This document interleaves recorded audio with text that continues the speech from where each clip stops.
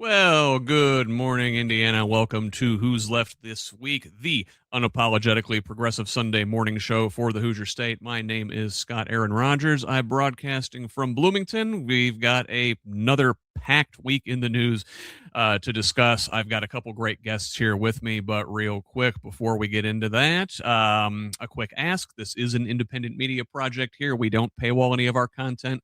We certainly don't rely on advertisers, and we absolutely do not have billionaire benefactors. Only individuals like you keep this project going. It is a foundational principle of Who's Left and the larger Progressive Indiana network that we refuse to hide valuable information behind paywalls in the middle of a political crisis, even if that's not in our financial best interest. So please, if you find value in the work we do, and it is a lot of work, go to progressiveindiana.net and subscribe at the paid level. It's only $5 a month or $50 a year to help us build the infrastructure that will pop the right-wing media bubble in this state.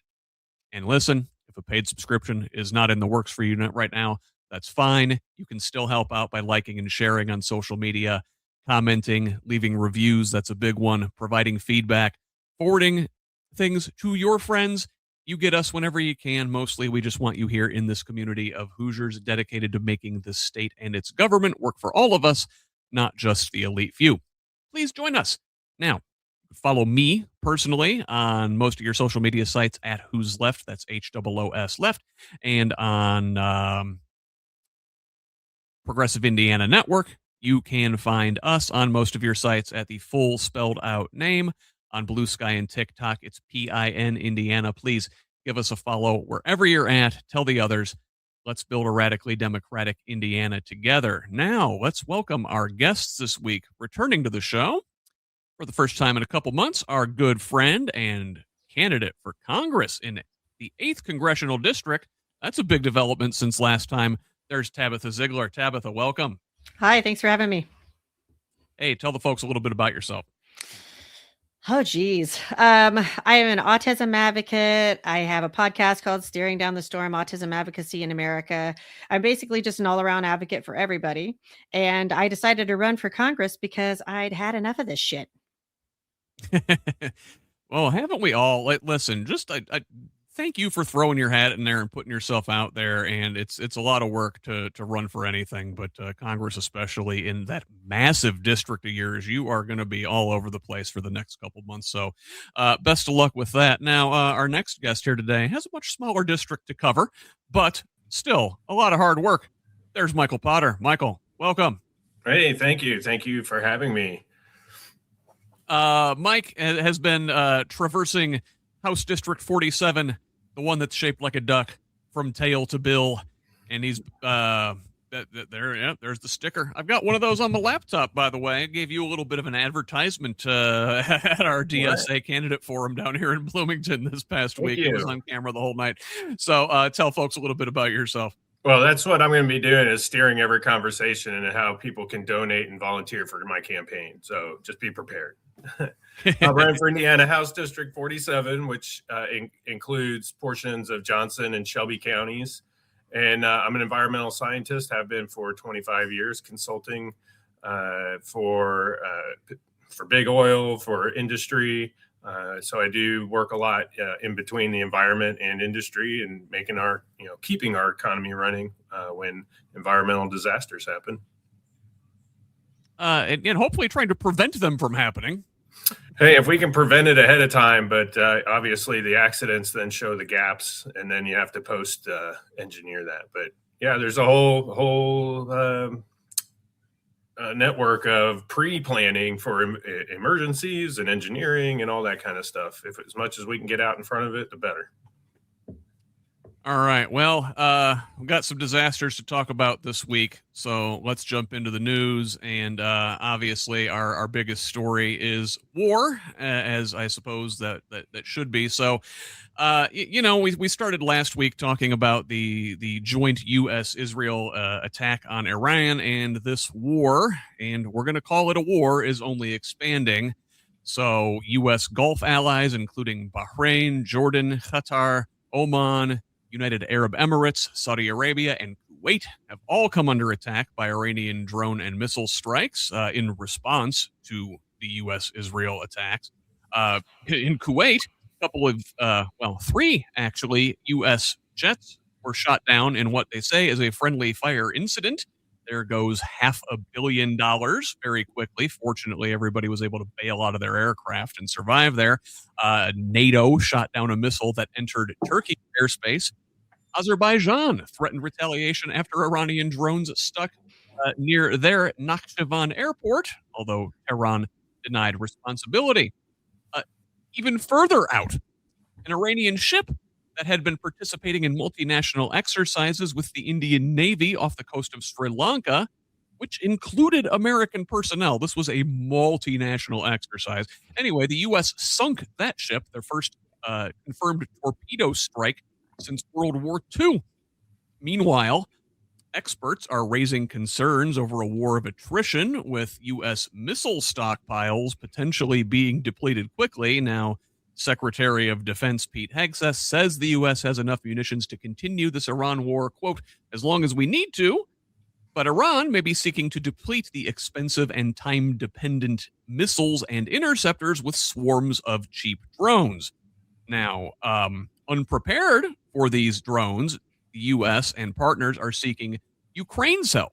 Ukraine has had 4 years of experience combating these Iranian-made Shahed drones used by Russia in their war, drones that are manufactured on a mass scale by Iran and Russia. They evade radar by flying at slow speeds, low to the ground, and can be launched by the hundreds without need for a conspicuous staging platform. The only lethal strike on U.S. forces so far came in a drone attack on Kuwait. Now, perhaps more concerning and related, Iran is receiving intelligence support from Russia. They're reportedly sharing real-time satellite data detailing the location and movement of U.S. troops and equipment, the first time they've provided such information to Iran. Meanwhile, President Trump says he must be involved in picking Iran's next leader, even as the Islamic Republic is expected to name Ayatollah Khamenei's son Mujtaba as the new supreme leader imminently. Trump told Axios in an interview Thursday that he needs to be personally involved in selecting Iran's next leader, just as he was in Venezuela. And Trump is also not ruling out U.S. ground troops in the region. Now, while he is not focused on a large-scale ground invasion, a small contingent of special forces is apparently on the table. Trump telling the New York Post, quote, I don't have the yips with respect to boots on the grounds. The idea there is to replicate the situation in post-Maduro Venezuela and secure nuclear material. Meanwhile, the real boots on the ground might be Kurds. The administration has been in discussion with Iranian opposition and Kurdish leaders about providing support. The plan would be for armed Kurds to occupy the Revolutionary Guard, letting Iranian civilians rise up without getting crushed, or to sow chaos and stretch the regime's resources. The U.S. has a long history with Kurdish separatists in Iraq and Syria going back decades. We always seem to use these folks and never deliver on independence. Still more with Iran to get to, but let's pause there and talk about this. Tabitha, what are your thoughts? There's a lot going on over there. This is just a giant can of worms. Well, I think it's important to know people's history, right? So I don't think we can realistically have this conversation without having the 1953 conversation. You know, the Iranian people at that time, I need to correct myself. It was 1951 that they actually voted to bring in a democratic government. So they brought in Mohammad Mossadegh, and they loved him. He was great. And then he made the fatal error, if you will, of deciding that the Iranian oil should be for the Iranian people. God forbid. God forbid, right? And up until that point, you know, the Iranians had kind of been taken advantage of by the British Empire. So short version is they kicked them out. They were pissed about that. They went to the Americans and said, listen, we can't have this. We want to get our oil back. And then we, along with our CIA, decided to have a little coup. And this is where you get the extremists coming in. So once again, as things happen, things tend to be cyclical and boomerang back. And it seems like about every 20 years or so, whenever we have some major conflict like this, we do something that has ramifications that makes people upset, and then they act. And we've just now done this all over the world. And we've decided we want to take a bite out of Iran right now, and they're biting back. Yeah, Michael, it's like we like to pretend in this country, I think, that our history with Iran started in 1979 with the Islamic Revolution and the hostage situation and all that. But like Tabitha said, we've been interfering over there for decades now, and we don't like to talk about the precipitating events that led to the revolution. Now, again, not doing any apologies for the Islamic Republic. They are monstrous in and of themselves, but let's not pretend that this is a one-sided affair. Yeah, except, is Trump looking at history? I mean, his advisors likely are, but I think he just wants to flex his muscle here. He sees an opportunity to be the big bad wolf, and he wants to flex his muscle, him and Hegseth and their war machine. I mean, they've said this is what we want, and we want to be on the offensive. And so as a bully, somebody pokes the bully a little bit, knowing full well what the bully's going to do, and they're happy because of the history of the Middle East. They're happy to drag us into a war, and Trump and his cronies are happy to take the bait. Well, yeah, and then I guess we haven't even begun to discuss who else is involved in this and who we might really be working for in this situation. And so let's talk about Israel's role in all this. Now, the Iranian proxy group Hezbollah is said to have launched a drone that struck a British airbase in Cyprus. And that was launched from Lebanon. Israel warned Lebanon of a heavy price as bombardment there pounded the suburbs of Beirut. Israeli strikes have killed more than 200 people and displaced 300,000 in that country. Now, meanwhile, U.S. Senator Lindsey Graham made several trips to Israel over the last several weeks, speaking with their intelligence community and with Prime Minister Benjamin Netanyahu, saying, quote, "They'll tell me things our own government won't tell me."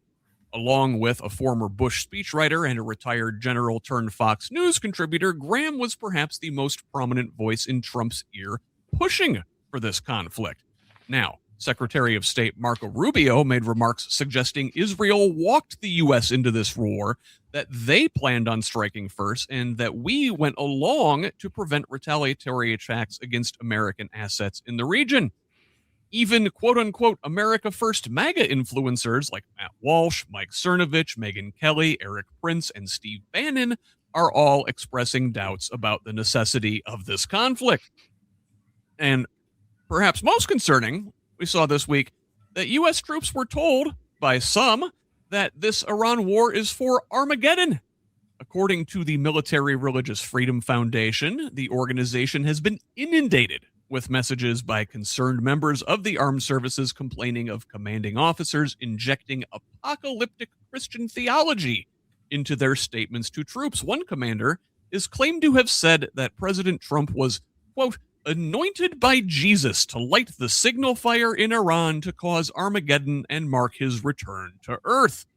Now, Secretary of Defense, or as he calls himself, Secretary of War, Pete Hegseth, is an ardent Christian fundamentalist who wrote a book called American Crusade and sports a Jerusalem cross tattoo. U.S. Ambassador to Israel Mike Huckabee supports the Greater Israel Project. And, it's ironic, I think, Tabitha, that these religious fundamentalists on both the U.S. and the Israeli side have very much in common with the folks they're seeking to depose. I mean, Iran's regime believes that the Islamic Republic is necessary to bring about the revolution of the Mahdi, or their Messiah, as they believe. I think, Tabitha, I have a hypothesis here, that these religious fundamentalists all secretly hate themselves, and when they look at the other guy, they see themselves in the mirror. Oh, geez. Religion. I mean, I'm going to go with what the French always say, everything in moderation, right? You always have these radicals all over the place. And for whatever reason, these are always the radicals that are dragging normal civilians into wars.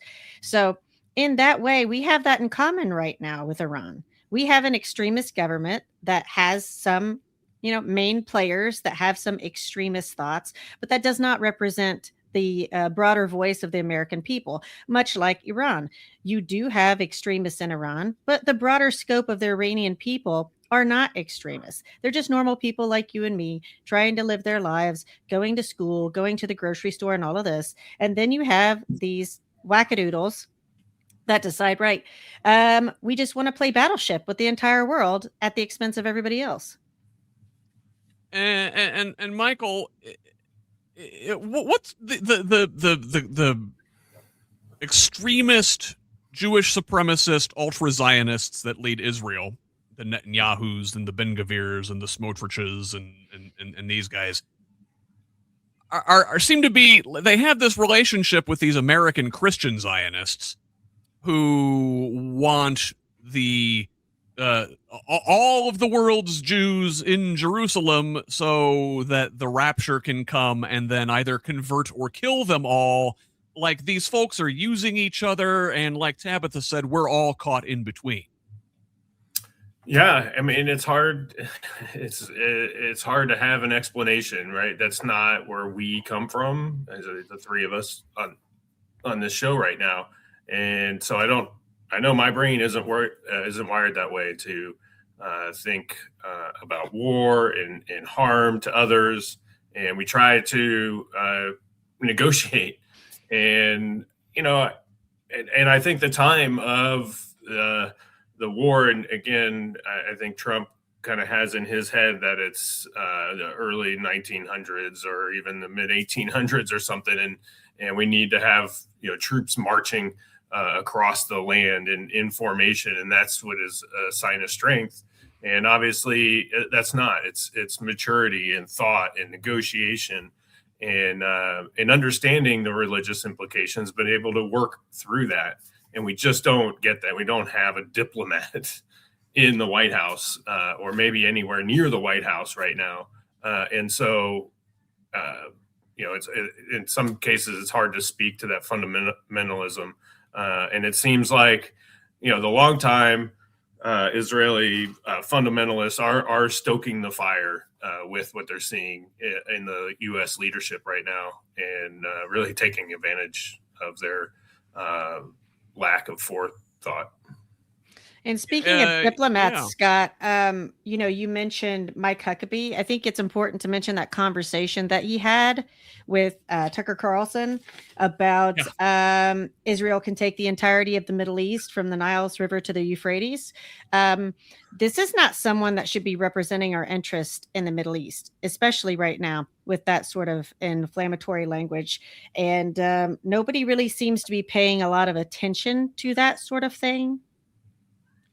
Yeah, well, what's behind that? It seems like the Israel lobby owns both parties in Congress, and where are they? Right? On Wednesday, the Senate voted against a war powers resolution, 47-53, with Rand Paul of Kentucky, the only Republican, joining Democrats in voting for the measure, while nominal Democrat John Fetterman of Pennsylvania joined Republicans in opposing the measure that would have demanded congressional approval before any further attacks.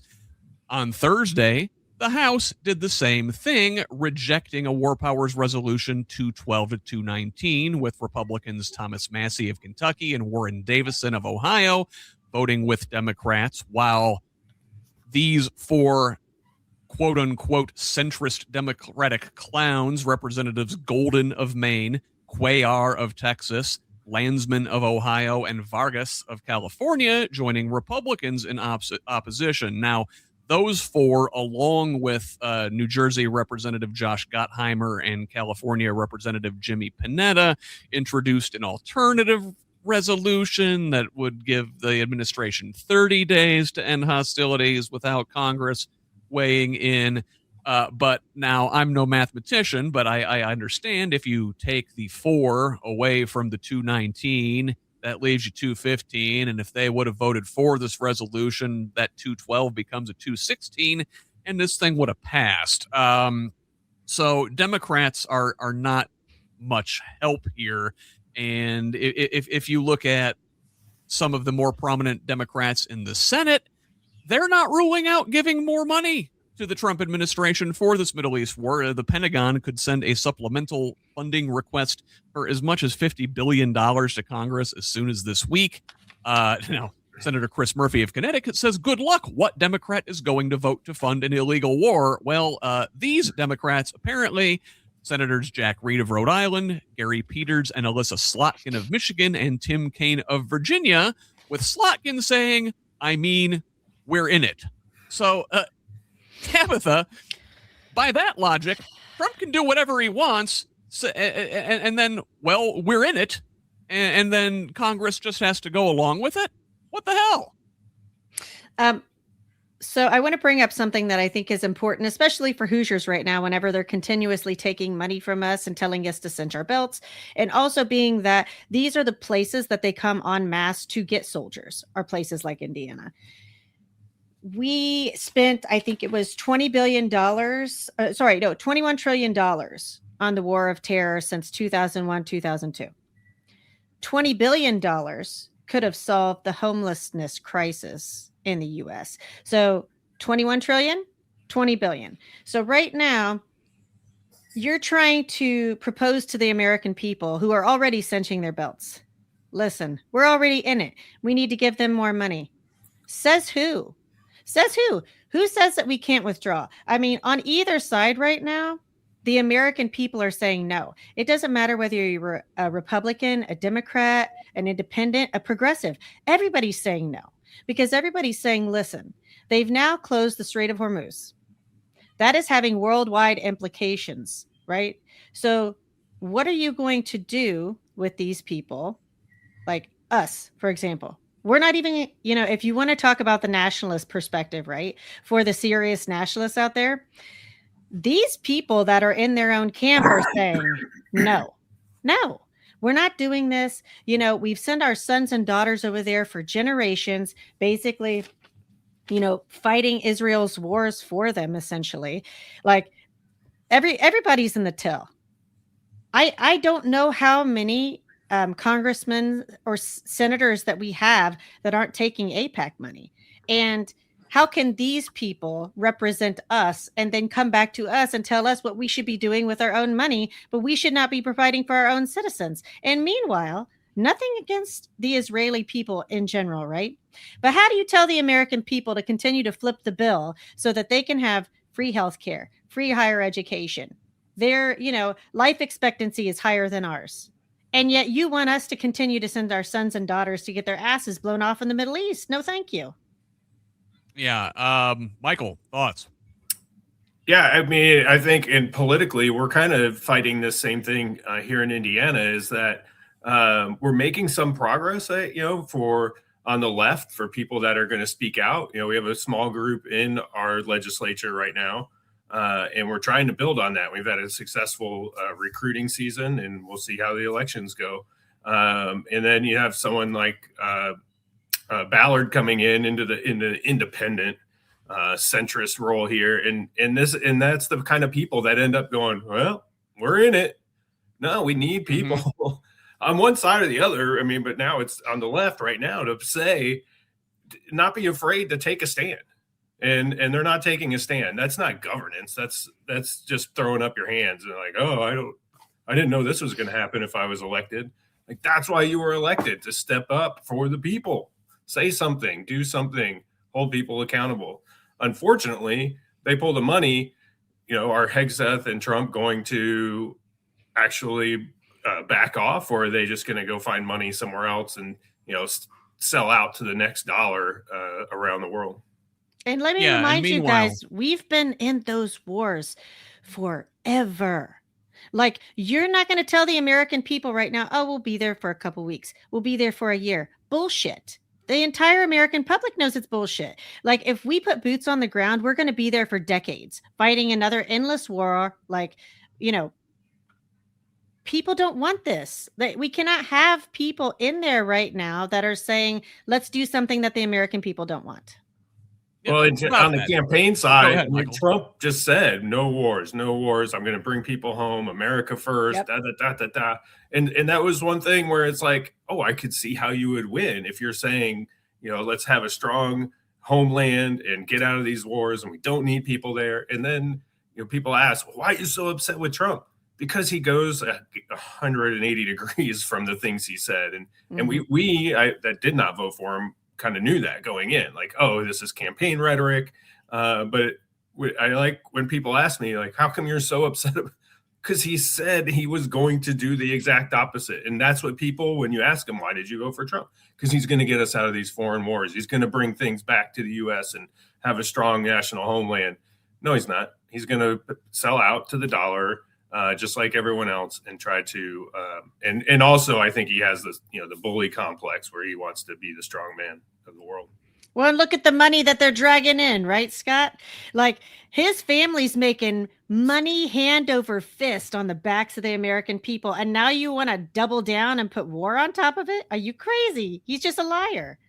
Well, and I'll tell you what, Tabitha, we don't talk nearly enough about the Saudi element in this too, because obviously the Israel lobby has a lot of sway in Congress, and that needs to be called out. But we don't really put together the fact that like Jared Kushner is the glue that's holding the criminal Israeli regime and the criminal Saudi regime together in their corruption.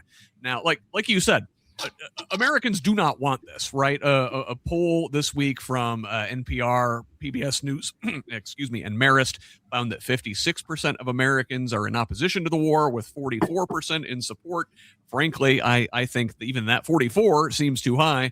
Now, 86% of Democrats and 61% of independents oppose this thing, but despite all of those quote-unquote America First MAGA influencers coming out against this thing, 84% of Republicans are still in support. Only 36% of Americans approve of Trump's handling of Iran. 55% think Iran represents little or no threat to the U.S., and the only group that seems to support this thing is white men without college degrees, who, ironically, are the most likely to get called in to, fight this thing, and are also most likely to pay at the pump with their big old pickup trucks. Now, the U.S. crude oil jumped 12% just Friday. It's up 35% on the week and 60% for the year. Gas prices are up nearly 15% this week alone. And the economy is in the tank, with the Dow posting its worst week in almost a year. It's in negative territory for 2026. This on top of a jobs report from February that just came out showing the economy lost 92,000 jobs while unemployment rose. Tabitha, why is it the people most likely to be harmed by this thing support it? So let's talk about Indiana on that, for example. You have a large portion of this population that are either ex-military, families of military, have some sort of generational relation to civil service in that way. And I think it's really hard for them right now when they put their trust in these people. Now, I'm not saying whether they should have or not, right? But they did. They put their trust in these people. They believed what they said. Maybe they do have a little bit of buyer's remorse, but by and large, like, these are very patriotic people that they want to do the right thing. And for whatever reason, it's just not resonating with them right now, that they've put their faith in bad people that are manipulating and exploiting them. And I think that's part of our job, right, is to help them with that, to give them another source of information to say, look, you know what? Sometimes we make mistakes, and sometimes the mistakes that we make might be little and might have large repercussions. And that's what's happening right now with President Trump and all those cronies, because they don't actually care about the people of Indiana. So all of these Hoosiers that they're going to send to die for their agenda, when they won't send their own sons and daughters, it's just not registering with people right now. Yeah, it won't. And I'm afraid it'll take entirely too long for folks to get it. Michael, last word on Iran before we turn the corner. We need to get out of the war. I mean, there's not a whole lot to say there. We need to wrap this up. We need to get out of there. That's what he was elected on, or one of the main things he was elected on, is staying out of foreign wars and get out of there. There's going to be conflict for a long time in the Middle East. It's just religion's involved, and that's what's going to happen. And a lot of money in oil, or oil equals money, and we just need to keep our distance. Scott, can I add a couple things real fast? Oh, go ahead. So for anybody that really wants to know what's going on in the Middle East, you should go straight to the horse. Read the Jerusalem Post, Haaretz, the Times of Israel, and Al Jazeera. That should be your center point for Middle Eastern culture, because we're not getting the accurate information here. No, our corporate media is asleep on the job, or perhaps intentionally so. So you'd be hard pressed to find that there's other military interventionism going on in this country as well this week. So we talked about the Gulf states and Cyprus and Lebanon and, blowing up ships off the coast of Sri Lanka. Well, the U.S. also launched military operations in Ecuador this week, conducting joint operations with the Ecuadorian government against drug gangs that are, designated terrorist organizations by the U.S. Their president, Daniel Noboa, is a Trump ally. Now, Ecuador this week, also under pressure from Washington, expelled Cuba's ambassador from Quito. Cuba is under an embargo, a power outage there, striking most of the island on Wednesday, leaving 2/3 of the country, including the capital Havana, without power. There is an existing electricity crisis there that has only been exacerbated since the U.S. toppled Nicolas Maduro in Venezuela, whose regime had been supplying Cuba with half of their fuel. Washington has since imposed additional restrictions on oil to Cuba, though it has been eased some in recent days. Trump is vowing to, quote, take care of Cuba. And this is at something called the Shield of the Americas Summit, which was held at his Doral Golf Course in the South Florida this week, where Trump said Cuba is negotiating a deal with him and Marco Rubio. We'll see. Trump says Cuba's going to fall. And just as U.S. officials charged Maduro and his wife with drug conspiracy charges, the Trump administration is also working to manufacture criminal cases against members of Cuba's ruling party. This is all, part of a larger expansion of U.S. intervention in Latin America, which we have a long, long history of doing. But, if you go back to the beginning of the year when we kidnapped Maduro from his home in Venezuela, well, we've since essentially imposed a puppet government there with acting President Maduro's vice president, Delcy Rodriguez, establishing ties with the diplomatic ties with the U.S. this week for the first time since 2019. This follows a series of visits by Trump cabinet secretaries looking to secure access to Venezuela's natural resources. Rodriguez this week announced a plan to reform the country's mining laws after meeting with U.S. Secretary of the Interior Doug Burgum on Wednesday, when the state-owned mining company Minerven there signed a deal to sell up to 1,000 kilograms of gold to a U.S. commodities trader.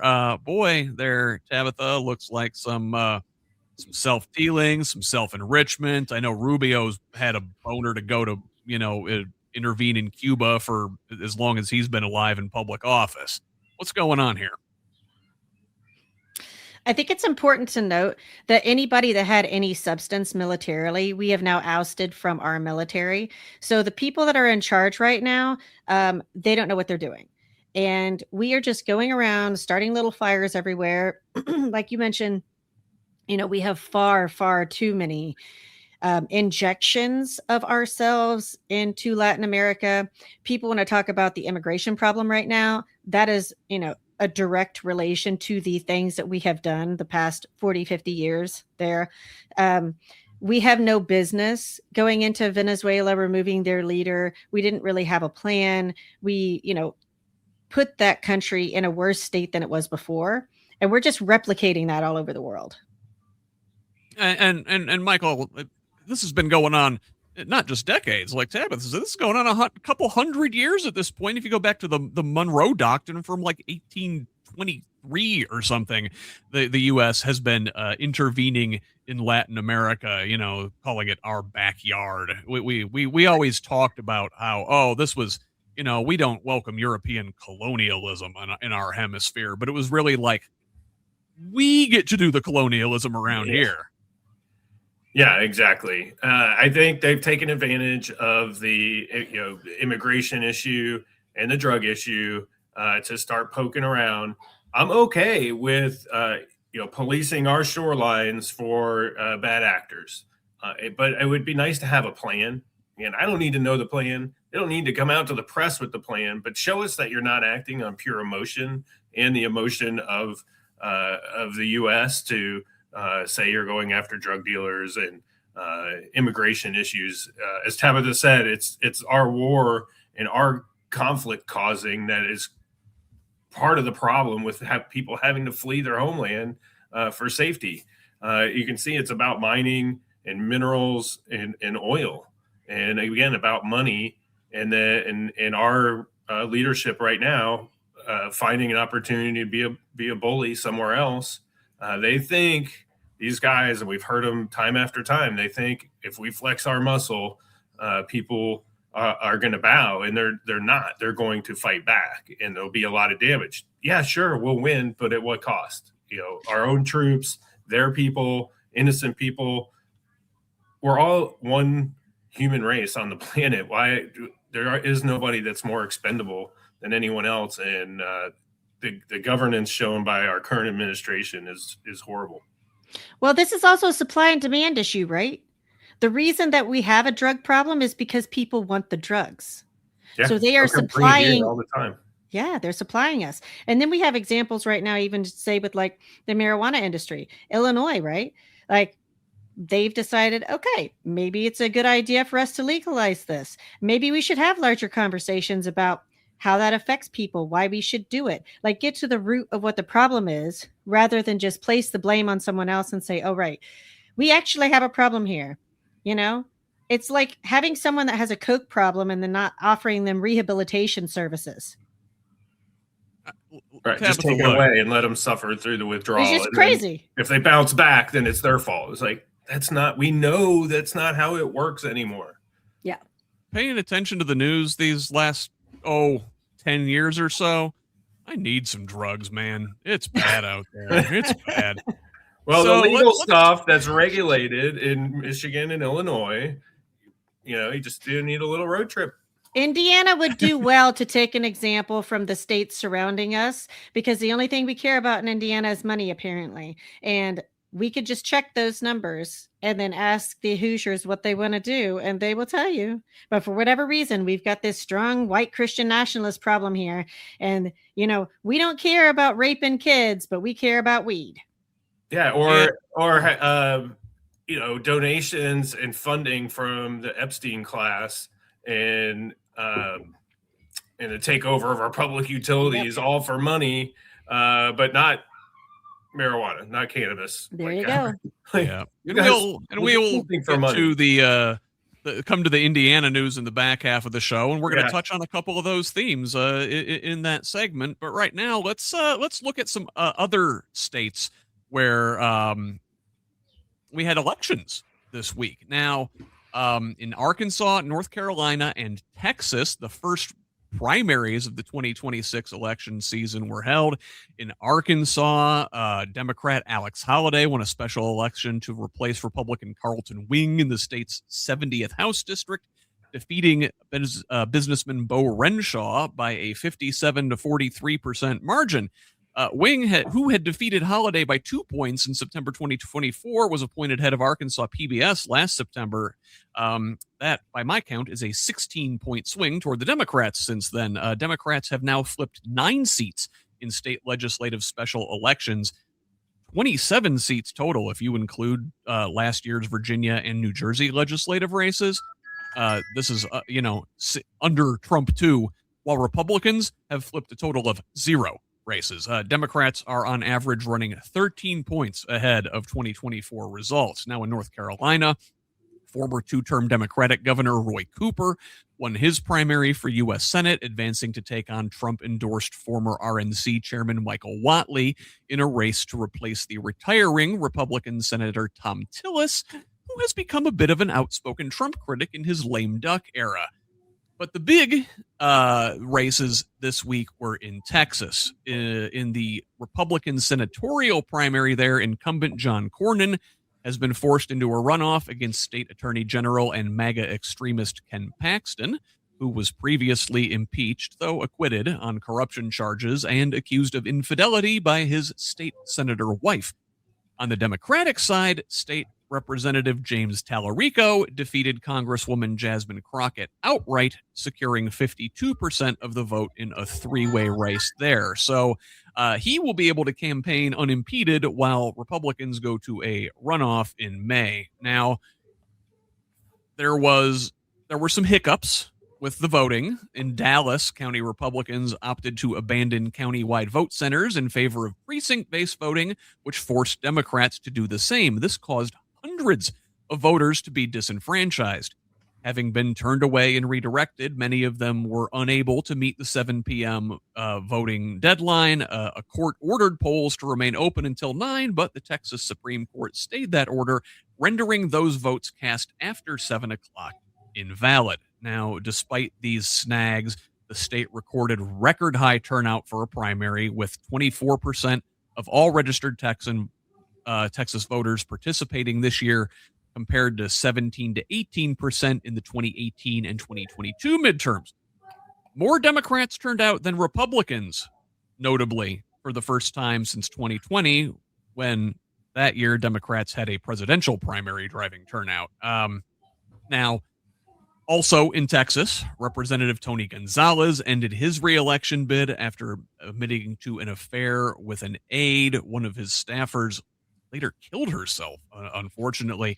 Gonzalez had been forced into a runoff by challenger Brandon Herrera, a gun nut YouTuber who goes by the AK Guy. Herrera has bragged about owning a copy of Mein Kampf, filmed himself goose-stepping to a Nazi marching song, expressed sympathy for white Rhodesian colonizers, and referred to the Civil War as the War of Northern Aggression while wearing a Confederate flag shirt. Also in Texas, Representative Dan Crenshaw was ousted by a primary challenger to his right. The far-right Crenshaw losing by 15 points to Ted Cruz-backed state rep Steve Toth, who claimed the four-term incumbent wasn't MAGA enough.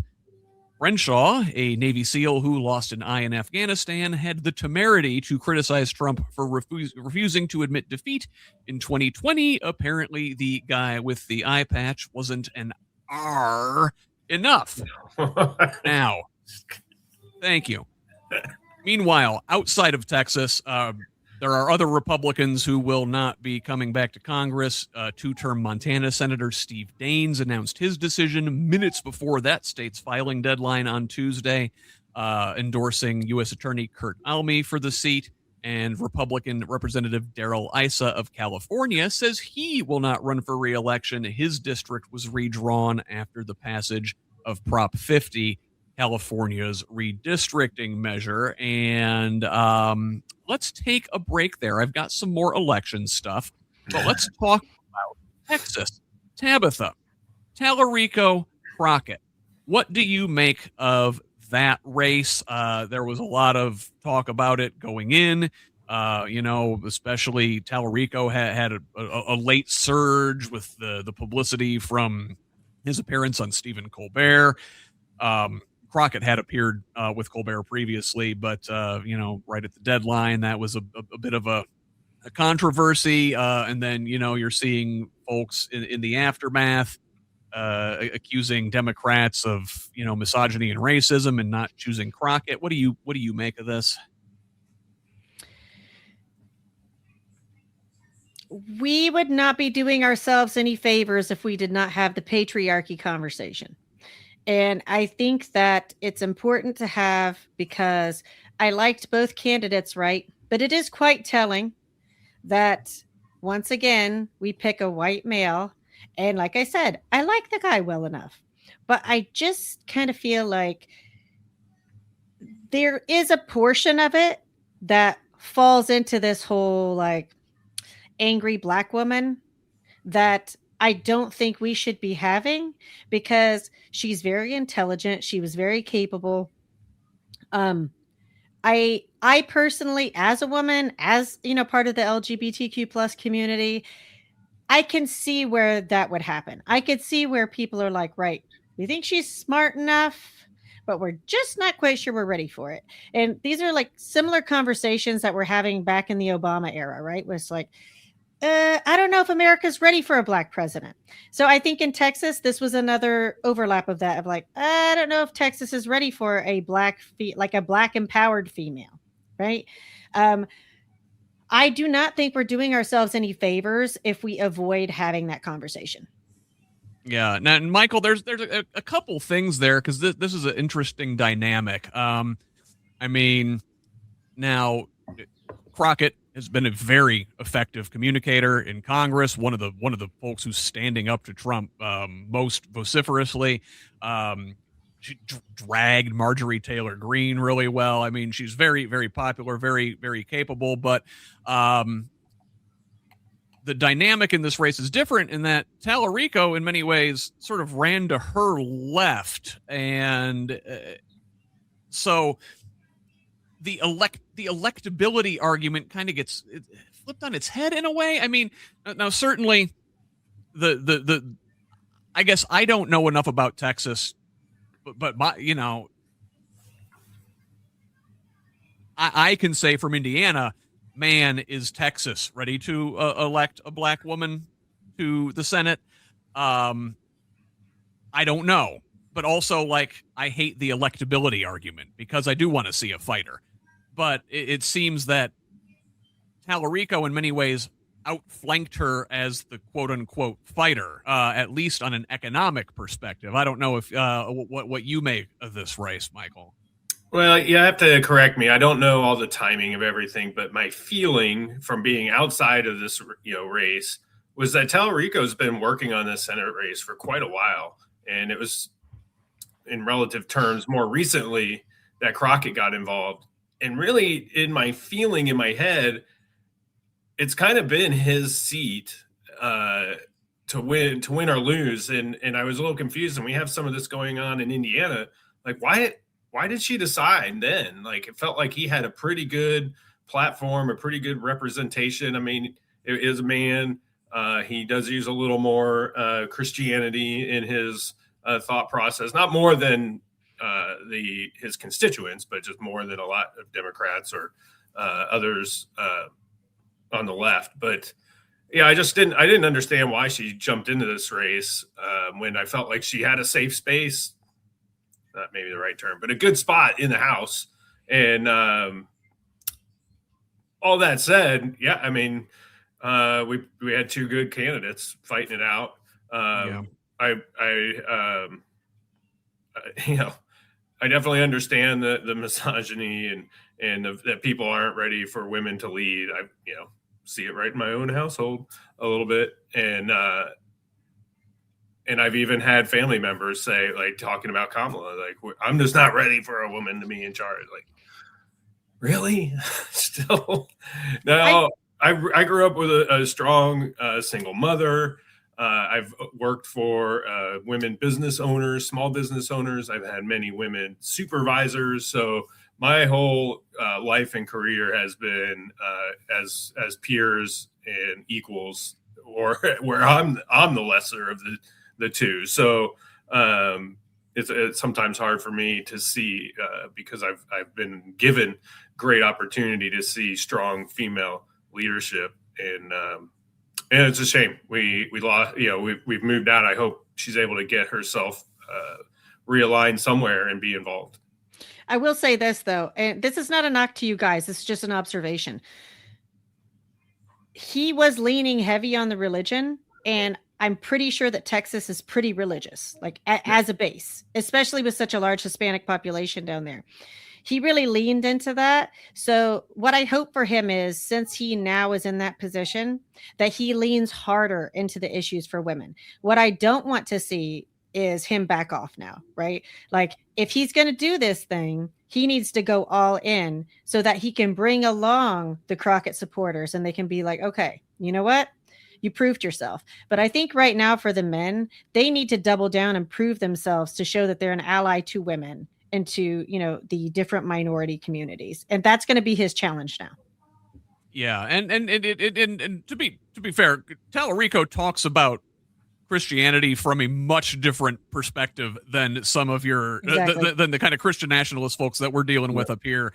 It's a very inclusive, Christ-like Christianity, actually. Well, but now one thing, Michael, like I can speak to one of the reasons though that Crockett found herself in this race, and it's because she got drawn into a race with another incumbent when Texas redistrict or did their gerrymander. Oh, that's last right. year. Yep. So yeah. Now that's part of the reason that we saw these folks like Crenshaw and Gonzalez in primaries that there was redistricting and changed up district lines. Well, Crockett found herself, her district essentially drawn away by the state's gerrymander, but she wasn't the only Democrat in a similar situation.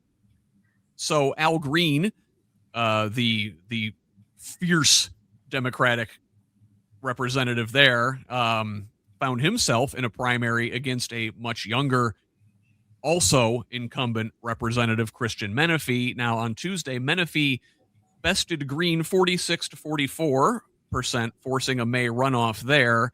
But in more traditional primaries outside of Texas and outside of this race, and Green's a hell of a fighter for a 78-year-old. Okay, it's not an age issue there.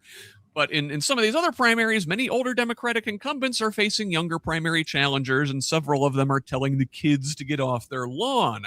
According to Axios, an article released this week, the anti-incumbency sentiment in the party is, quote, pissing off the old guard. Given their advanced age, this could have multiple meanings. I suppose it depends on the context. So yeah, I know, right? I want to get your guys' thoughts on this specifically, because this article details a lot of your old 70 and 80-year-old Democrats are like, well, we're doing a good job. Why do people want to see us go? Tabitha, why do people want to see these 70 and 80-year-old Democrats go? I will use myself as an example. So I'm a single mom of 3 little kids that have autism. Childcare in this country is non-existent. Our parents don't want to watch our kids for us either, right? So now you have people like me that are like, we are getting screwed each way from Sunday. And the only way through this shit show is for those of us to throw our hats in the ring and say, listen, these conditions are horrible. And there are smart people among us that are actually walking the walk, living the life, that have something to add, right? Like maybe they did a great job 30 years ago, 40 years ago, but now times are changing, right? Like this is not a knock to Al Green. I actually really love him. I think he's fiery as hell. And I love that about him. Yeah. I think maybe what we can do as a party, which for whatever reason, they seem like they don't want to. Those people that were in these really powerful positions now have the opportunity to be mentors to these younger people and say, listen, this is what I learned along the way. This is what I think is effective. And I don't necessarily want to say push them aside, because I do think we should fight it out. But when we have moments like this where it seems like, okay, hey, there's someone that's like a pretty decent candidate here. Maybe I can help them. I think that's where the Democratic Party is really getting it wrong, because you have all these progressives flooding to the scene now. These like normal Joe Schmoes, right? That are just like fighting the power, and they're doing it for the right reasons. Like this is a justice thing for us. None of us are getting in this because of the money or whatever. Like it's the injustice of the situation. And that is why we're rising to the occasion. Yeah, now, and Michael, Tabitha spoke to this. Al Green gets it. He's one of the good ones that's 70 and 80 years old still in Congress. He's a hell of a fighter, but a lot of these folks have been around since the Clinton era or longer. They're like well established. They got comfy with the corporate direction of the party. They don't get the fight. They have not digested the lessons of the Trump era. Why don't they go spend some time with their grandkids? Someone in the chat over on YouTube says, like, his parents have great grandchildren and can't afford to retire. Yeah. These 80-year-old Congress people can afford to retire. Yeah, they can. At 51, I think a lot of the folks in Indiana look at me as like the young crowd. 51 isn't young, and I think much like Tabitha, there wasn't a plan to be a politician, but things weren't they're just not getting done. And in Indiana, the party was withering away, and thankfully people have started injecting themselves. And I just ran into yesterday at an Indiana House caucus candidate event, a woman who I was friends with in high school. We haven't seen each other. I saw the name pop up and I wasn't able to reach out to her. So we finally crossed paths. Like, how bad do things have to be? How unjust for us to now be involved in politics. Now, it turns out I kind of like it. I love talking to constituents and trying to represent their voice when I can. I'd love that opportunity. But yeah, and I don't know if it's term limits. I don't know if it's an age cap. I don't think an age cap, maybe 80 or 85, like something crazy high, because there are the Al Greens that are still fiery. Bernie Sanders, who, very clear of thought. And progressive and kind of coming along with the time. And so I don't know that there should be I would like term limits. I think term limits are necessary, and they can be long. These guys are like going on 30 plus years sometimes. So to have a 12 or 16 year kind of term limit thing is plenty of time to get the consistency of an office and the institutional knowledge, but yet not just sit there complacent. And we need a plan. At least I'll speak, as a Democrat, we need to have a better plans on mentoring and transition. And I know in Indiana, we see this where a lot of times as we come up to elections, Republicans start, I have a personal conflict. I have to leave office. They slate somebody in, and now that person's the incumbent, 2 months from now when the elections come up, right? That's not an accident. Oh, what happened in their life? No, that's how they play in their succession to get that name recognition, to do the mentoring, to just keep the ball rolling. And we need to be better at that. I'll say this too, to add to your stuff. We have to remind people that these are civil servant positions. Like, these are supposed to be of the people, for the people. And how can we truly represent the interests of the people if we continuously take, APAC money, big PAC money, corporate money? Like, how can you be truly beholden to your constituents, right? Because, someone in Congress right now is making upwards of $150,000, but their constituents are barely scraping by on $50,000. Like, how can these type of people that are constantly accepting all these bribes from all of these outside institutions really be good representatives of their people? And I think, that's a larger conversation that needs to be had. But corporations are people. Well, it doesn't seem like it, like in these current situations that we have, right? It seems like it's the millstone is always slung around the individual taxpayer's neck. Yeah. So, wow, we're already coming up on an hour, and we're still in our U.S. story. So I want to kind of breeze through the next couple before we turn the corner to Indiana. So we got to talk about ICE again this week. Now, on the election front, of course, there's a 17-page executive order calling for Trump to declare a national emergency and seize vast power over elections. This is circulating in the MAGA orbit. It's based on a false claim that China interfered in the 2020 election. It seeks to reduce mail-in voting, ban voting machines in favor of hand counting, void state voter rolls, and force all Americans to re-register to vote in person. It mandates voters re-verify their status before every election, orders all absentee ballots be notarized, and requires strict voter ID and proof of citizenship, which would reduce the voter rolls by a ton. The statutes cited in the memo do not give the president power over voting. This is a power granted to the states in the Constitution. A Trump attorney who has been suspended twice from the Florida bar, along with right-wing conspiracy theorist Jerome Corsi, are behind this order, with amplification from the likes of Steve Bannon, who has repeatedly called for this scenario on his War Room podcast over the last several weeks. Well, Bannon has also advocated for ICE to be policing the polling locations. And this week, we found out that ICE's claims in a fatal shooting last year of a U.S. citizen were bogus. Video of the fatal shooting in March 2025 of American citizen Ruben Ray Martinez by an ICE agent contradicts claims that he was shot because he attempted to run over another agent. ICE didn't even acknowledge one of their agents shot Martinez until this February, weeks after they had used the same excuse in killing Minneapolis mother Renee Good. Meanwhile, last month in California, a Mexican man, Alberto Gutierrez Reyes, died in ICE custody after being denied medical treatment. Reyes is the 9th known death in ICE custody this year.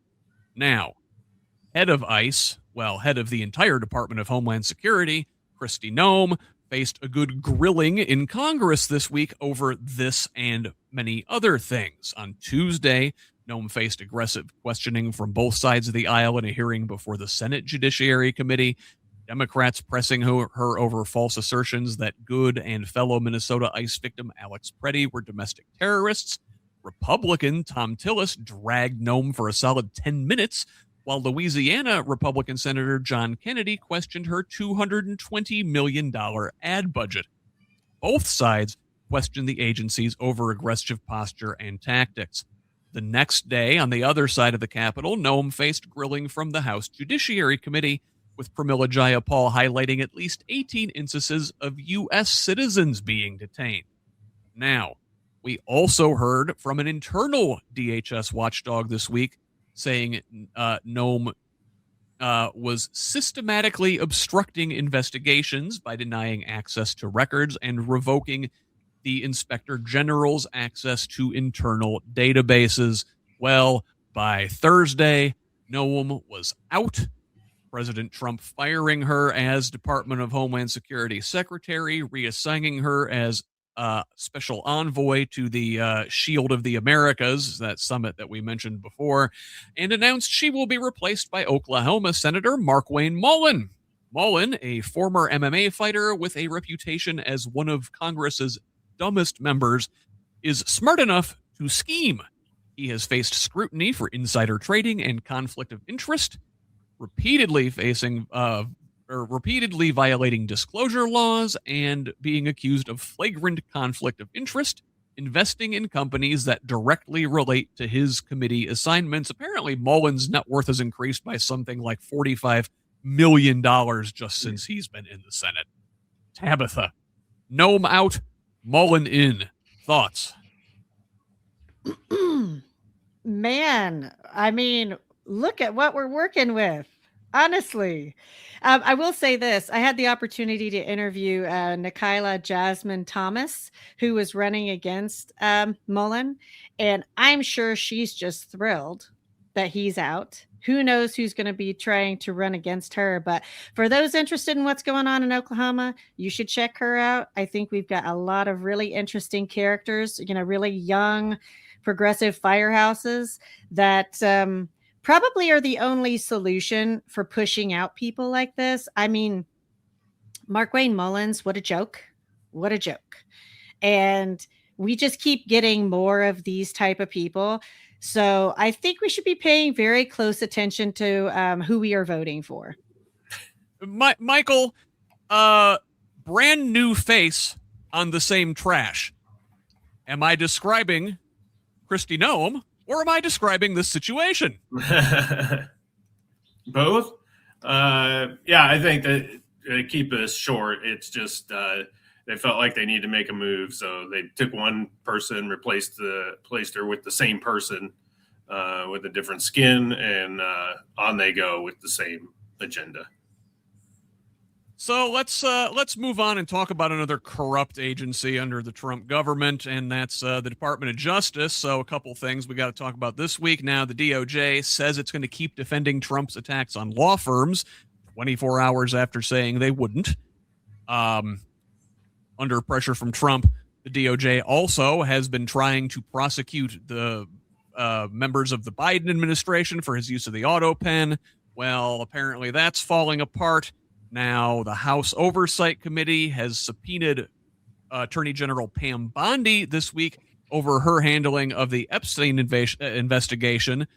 Speaking of Epstein, Commerce Secretary Howard Lutnick, I always want to say Nutlick, Howard Lutnick is due to appear before a House panel probing his Epstein ties. And, you know, wouldn't you know, this week, while we're talking about war with Iran and, you know, overthrowing Cuba potentially and everything else, these elections going on, this week, the Justice Department published a document containing credible sexual assault allegations against Trump made by a woman who alleges Trump assaulted her both physically and sexually when she was between ages 13 and 15.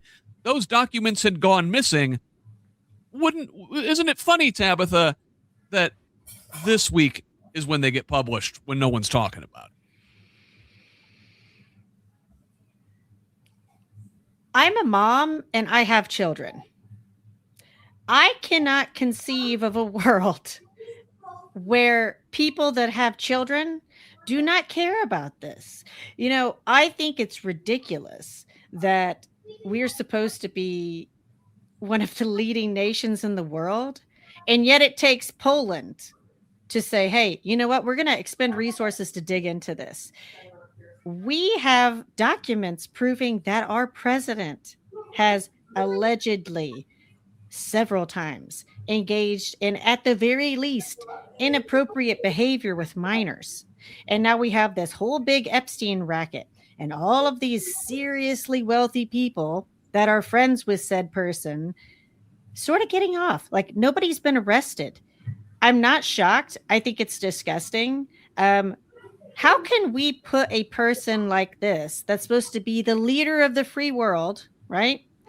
And yet then this person is making decisions to put our military in places where we're killing children. I don't know. Like, all of the things surrounding children with this guy is just wrong. Michael, I don't know your thoughts on this. It certainly seems like I don't know if I buy the this is everything's a distraction from the Epstein's file argument, but boy, it certainly seems on a week like this that it holds some sort of water. Yeah, I didn't want to buy into that these distraction tactics, but yeah, the timing. Of course, the whole administration's a bit of a clown show. So yeah, of course, two things are going to line up because everything they're doing has some glaze of corruption on it. So maybe, I hate to give them the forethought because they don't seem to have the intelligence to pull that off. But they've pulled off a lot of things. So I hate the Epstein thing. These people need to be held accountable. How many times does a name need to appear in a file? It's literally the Trump file. It's not even the Epstein file anymore. And we just continue to be like, oh, I'm sure it's just a misunderstanding or whatever. Like, no, these people knew. All they're concerned about is making their next buck. And we have to start holding people accountable. We can't just be like, oh, sure, I understand how you just want to conduct business, and that guy's a businessman. So it really doesn't matter because what he did, that didn't involve his business in your business. The fact that he is not in jail, most of these guys are not in jail. That's my business, and I'm sick of it. Well, how do we have the DOJ running cover for these guys? Like, they're supposed to be independent. These are supposed to be the people that bring these people down, even if it is the president of the United States. They're the ones supposed to be digging in. And this woman, for example, is running cover for these MFers. How are they not held in contempt already and been lost their jobs? Again, I don't know if it's a jail sentence for not getting the files out, but certainly lose your job. They're just, and again, who's going to prosecute them, Michael? The Department of Justice? Whether it's the Democrats or other departments, like they need to be held accountable, or holding these other folks accountable. You didn't get the files as the subpoena requested, done. Or the law, I guess they drafted a bill, then you're done. You're out. And not only are we going to replace you, but we're going to replace you with somebody affiliated with the other party to actually start having justice. I'll tell you, they're buying a lot of warehouses right now. I think we have plenty of space for all these pedophiles. Hey, maybe we could replace them with AI. So we got to talk about AI a little bit. So the company behind ChatGPT, OpenAI, is on defense after competitor Anthropic has surpassed them as the top downloaded app in the app stores.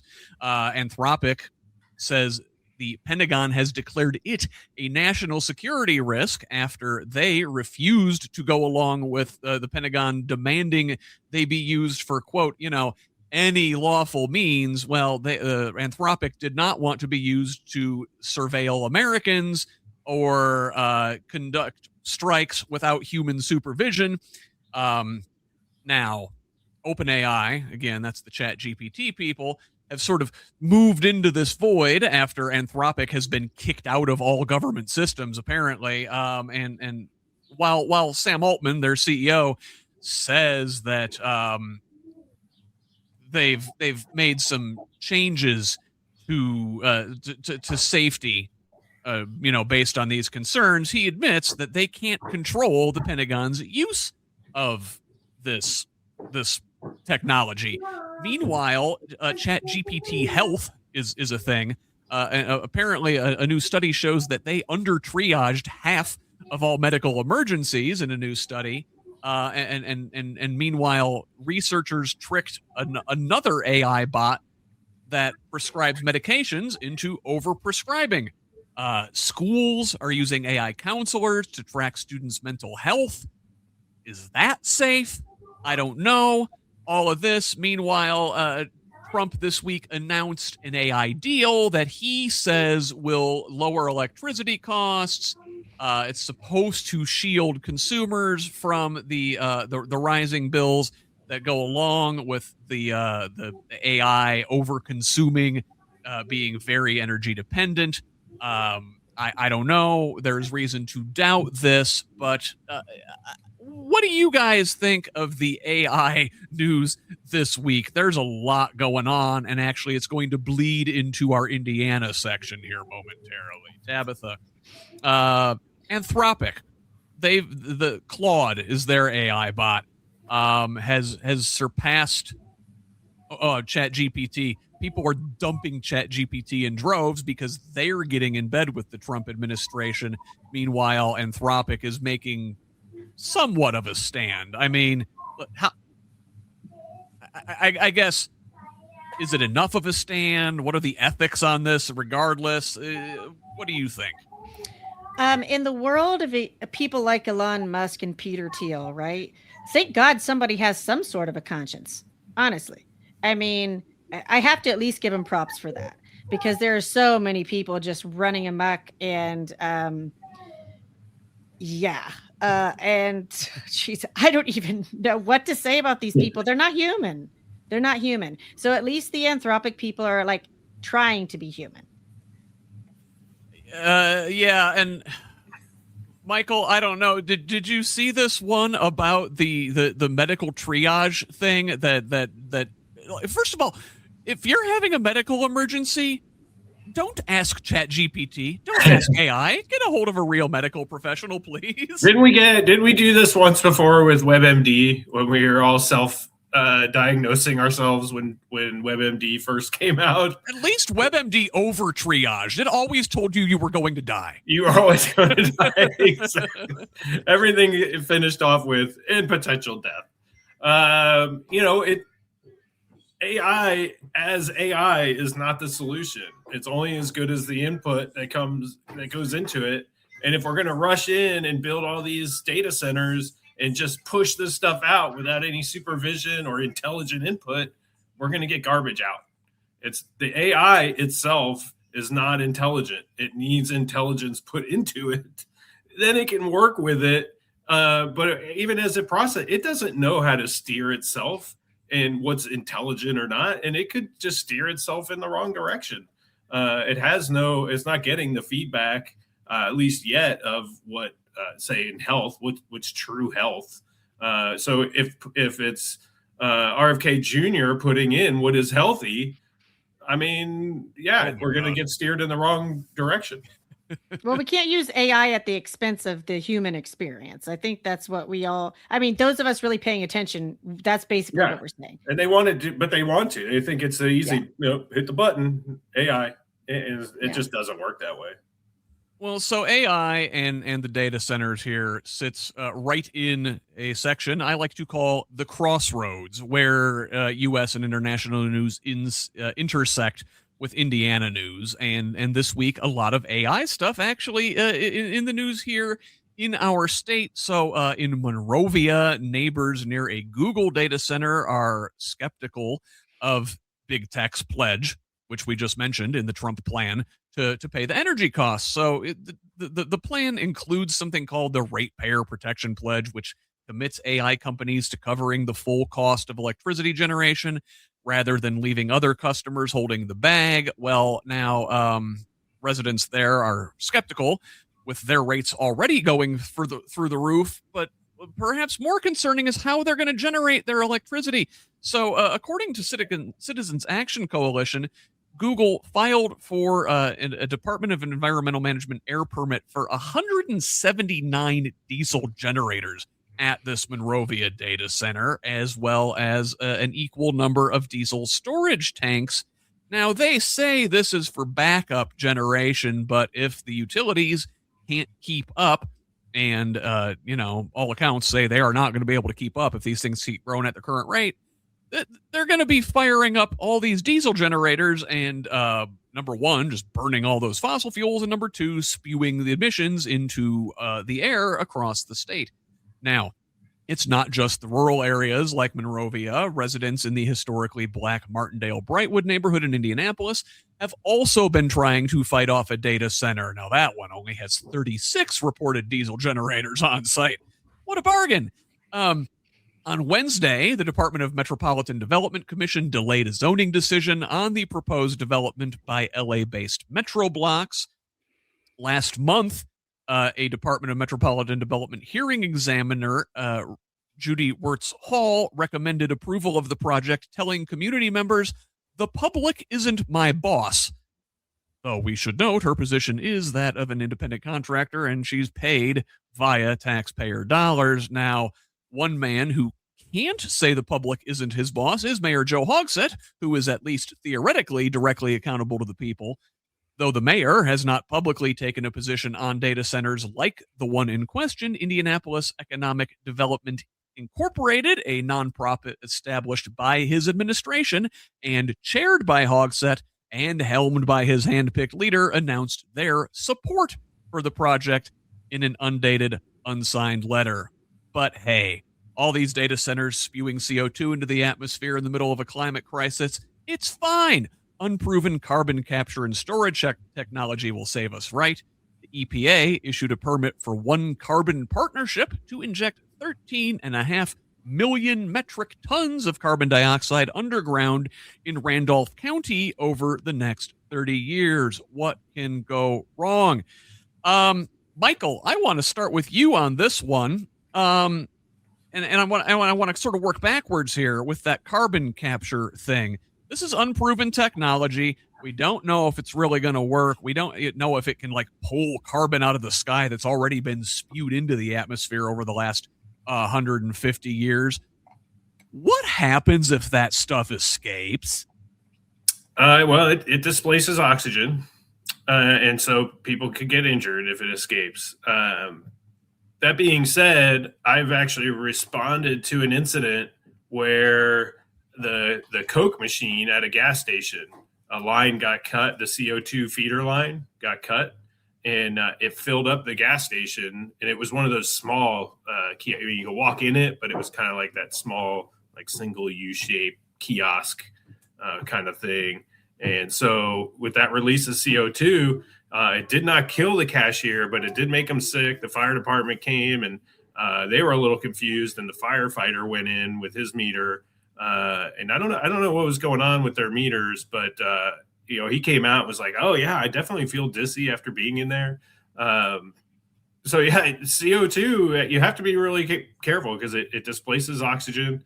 And I actually end up looking, and that happens in restaurants and bars, and people have died, particularly because during COVID, you might have had like the one, they call it a sixth keg in the beer industry, just kind of that skinny, small, about knee-high tower of CO2 for a fountain.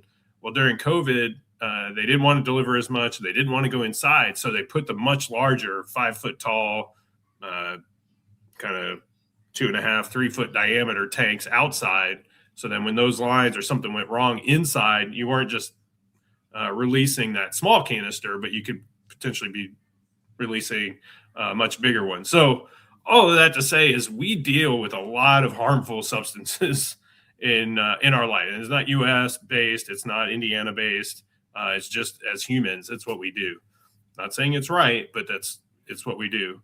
For Randolph County, I believe that's an ethanol plant that got that carbon capture and sequestration. So they aren't going to be doing the big like wall of air conditioner fins or something to try to capture carbon and bring it down, because they produce a lot of CO2 in the ethanol making process. They don't want part to of put the that stuff. fermentation, I guess, but like we've seen these stories in history of like swamps belching forth giant CO2 bubbles that kill whole villages. Like, Yeah. I don't know, imagine something like that in Randolph County. That's scary stuff. Now, Tabitha, back to the AI data centers, like nobody wants these. Rural communities don't want these. Urban communities don't want these. They're driving up the electrical bills. Okay, the Trump administration says they're going to pay for their own electricity, but what are they going to do? They're going to burn diesel fuel in people's neighborhoods. We've seen what Elon Musk's XAI is doing in Memphis, polluting a historically black neighborhood with generators there. This can't continue. This is not sustainable. No, I like that you brought up the rural communities, because right now there are a lot of rural communities that are being infiltrated, if you will. And I always think back to what my grandpa said. You can't have more land. Like, you should be a steward of the land. And being that we're about 63% farmland and agriculture in Indiana, I would like to see a complete shift. What I would like to see is maybe us drawing tourism and high-speed rail and innovation in that way versus bringing in all of these data centers, because all of these outside influences just see us as this big swath of land that they would like to dominate. Even for the people that are arguing for the data centers, that they're going to bring innovation, jobs, whatnot. For how long? What's the expense to the areas surrounding them? How are these data centers and these corporations going to reinvest in these communities? Because right now, all we're seeing from the rural areas for years now has been a mass extraction, a mass evacuation to the cities. And it's not necessarily because they want to go to the cities. Like, sometimes they do, right? But I think there's a faction of people that would have liked to have been able to have their community be self-sustaining. And, because we have that extra land, I think we should start to think outside the box and what we actually could do with it. Like, we could invest in farmers. There's no reason for these really hippie, areas and all of these towns that people love to go to, right? Like these really cool coffee shops and all this stuff. there's no reason why we can't do that all over Indiana and all these tiny little segments of Indiana. We actually have a really beautiful state and some really cool ecological wonders here. Like we could have this huge campaign to be a tourism destination for ecological purposes. I don't know why we don't go that route. As the U.S. Loses manufacturing, I feel like one of the big areas that we could improve, especially in areas like Indiana or West Virginia. I had to go to West Virginia for work, and it's a little weird how all the mountaintops are kind of cut flat because of the coal. But what it does is it leaves all these accessible mountains. Like West Virginia could easily be one of the top 10 mountain biking destinations in the world, because now all these little mountains have flat tops, hotel or bike shop up there, right? And then you can, and there's trails everywhere to be able to get to coal and natural gas wells and things like that. I just looked at it, I was like, it's absolutely stunningly beautiful in West Virginia. If you could get away from the coal mine and the coal dust, it happened to be, actually I was there in the spring. Well, so everything started blooming. We started out in the winter, and then I was there through the spring as all the trees and flowers started blooming in all these valleys. And customer, I want to say customer service. That's not the service industry and tourism. People still want. No, I don't know if they still want to. They did up until maybe this last iteration of the administration. They love to come to the United States for tourism, and there's a lot of opportunity there. In Indiana, we could lean into our trail systems and having state, trails that cross the state, and so people ride their bikes, and then they have to stop and have a coffee or a beer and lunch and dinner, and you can make a tourism program out of cycling touring. The other thing is I'd like, and I have no, I'm not going to dig it by hand, but the old shipping canals is to restore them. And if you've ever had the chance, or if you've ever been canal boating in England, they transform their old little mini coal barges, and they're like little motor homes. Spend a week on a boat, going 3 miles an hour down these old shipping canals, and you stop again for lunch and dinner at pubs along the way and restaurants, or you can walk a little bit into the city for those that go into the cities. And I think that can have a revitalizing effect. I think around Indianapolis, we've seen that with the Monon Trail, that shops and things have popped up along that. And I think we could really lean into something like that. So that's great that you kind of talked about that, Tabitha. Yeah, I mean, background on me, right, is I've spent a lot of time in Europe. So now I've had an opportunity to see how different things are run. And, a lot of the nations that get a lot of ecotourism are doing just that, right? You have countries like the Netherlands, for example, where there are specific communities that are carless. Like the only way that you can travel in or out is by bike or by boat, and people love it. And so here we have, all these streams, rivers. I mean, even if it's little ponds like where I'm from, right?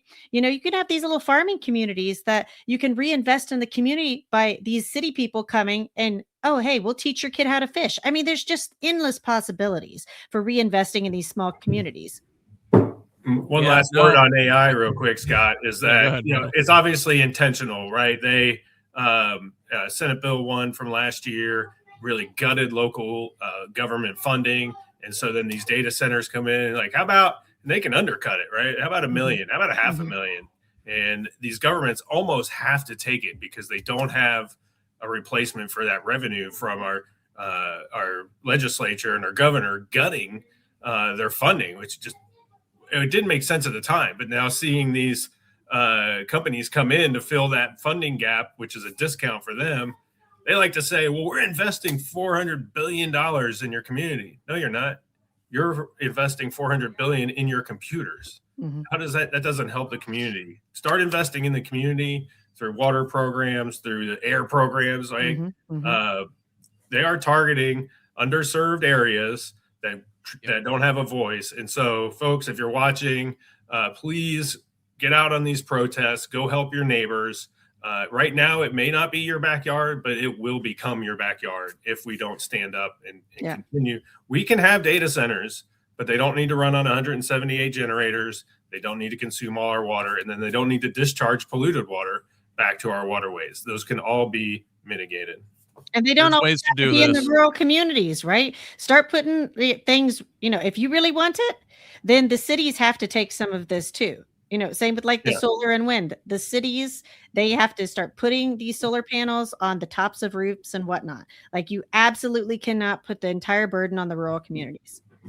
And these things should be moving into like old shut down warehouses and stuff instead of building like all new on pristine land, like you're saying, Tabitha. I do need to move on, as we're already at an hour and a half, and we're not going to get a chance to talk about everything today, I don't think. I do want to get on the record a couple other things at the crossroads here. There is some ICE stuff going on in Indiana. We found out this week that Marion County detained over 1,000 immigrants for ICE last year. Graduate workers here down at IU Bloomington are demanding that IUB become a sanctuary campus.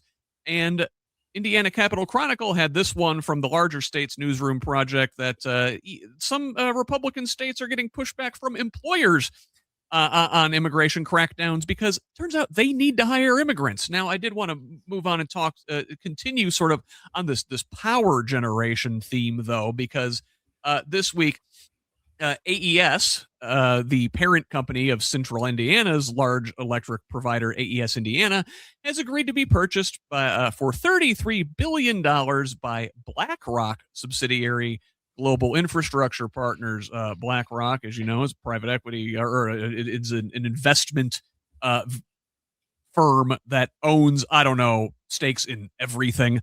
The new owners would take the company private, buying out existing shareholders, and they say the change would not impact customers, but Congressman Andre Carson lambasted the move, saying private firms having a stake in public utilities, an essential service, will put profits over people. AES canceled in Indianapolis Community Open House due to what they say were numerous severe violent threats across social media.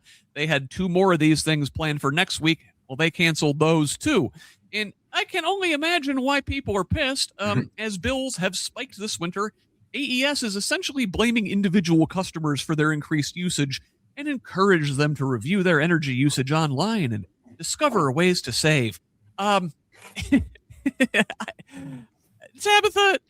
this is the neoliberal capitalism turned up to 11 exploitative model that we've been running on in this country for 50 years now. It's always the individual's fault and never industry's fault, right? Well, I've always been a fan of Bernie Sanders, and I feel like he's one of the last ones that's like taking a stand for the American people. Didn't him and Ro Khanna just introduce something recently saying that essentially they would tax the billionaires 5% and that would create like a cushion for the middle class?